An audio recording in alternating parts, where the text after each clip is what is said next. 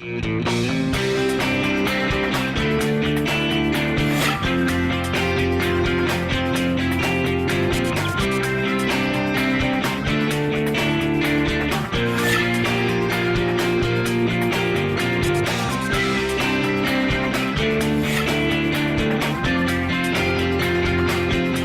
I'm Kristen Oaks-White. And I'm Avery Davidson. Thank you for joining us for This Week in Louisiana Agriculture, the only TV show bringing Louisiana farmers and consumers together every week. Well, even though it's past Easter, many folks are still craving crawfish. Prices have come down a bit, and with the weather being so nice, crawfish boils are happening all over. As TWILA's Neil Melancon shows us, Beiber Farms in Mamou is one of the many producers providing that crawfish, but with their own processing facility, they're making sure you can enjoy that taste all year long.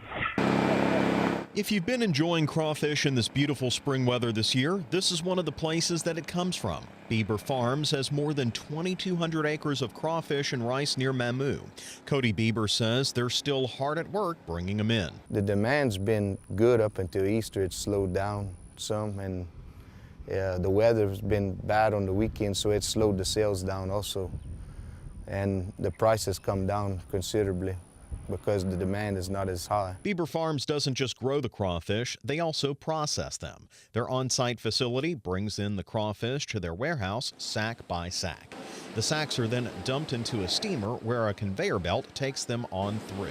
After they're boiled, they're then dumped into a cooling vat and conveyed then into the peeling room. Now here, some of these ladies peel as much as 9 pounds of raw meat an hour that produces about 200 to 250,000 pounds of crawfish meat a year.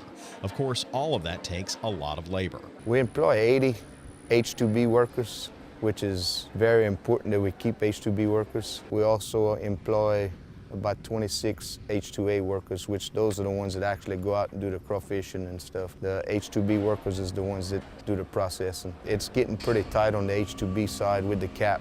It would really help if the returning workers wouldn't count against the cap and we could get our workers pretty easy. One thing that does make life easier for Beiber is the EQIP program through the Natural Resources Conservation Service. With this public-private partnership, he's able to keep water on his fields longer. That means he's spending less money pumping. If it wouldn't be for EQIP and the leveling and putting in the pipe drops and putting in the underground pipe, we wouldn't be able to farm as many acres as we're farming right now. Not to mention, every interior levee on his farm has pipes through those levees. He doesn't use rice irrigation curtains at all. Everything drains through those pipes, and he's able to maintain a level of water in his crawfish fields or his rice fields for as much as possible through evaporation and stuff during the year. That leaves more time for Beiber to focus on his delivery business, which brings crawfish to 4 different states. That's a lot of happy faces, but of course the proof is in the, well, ponds.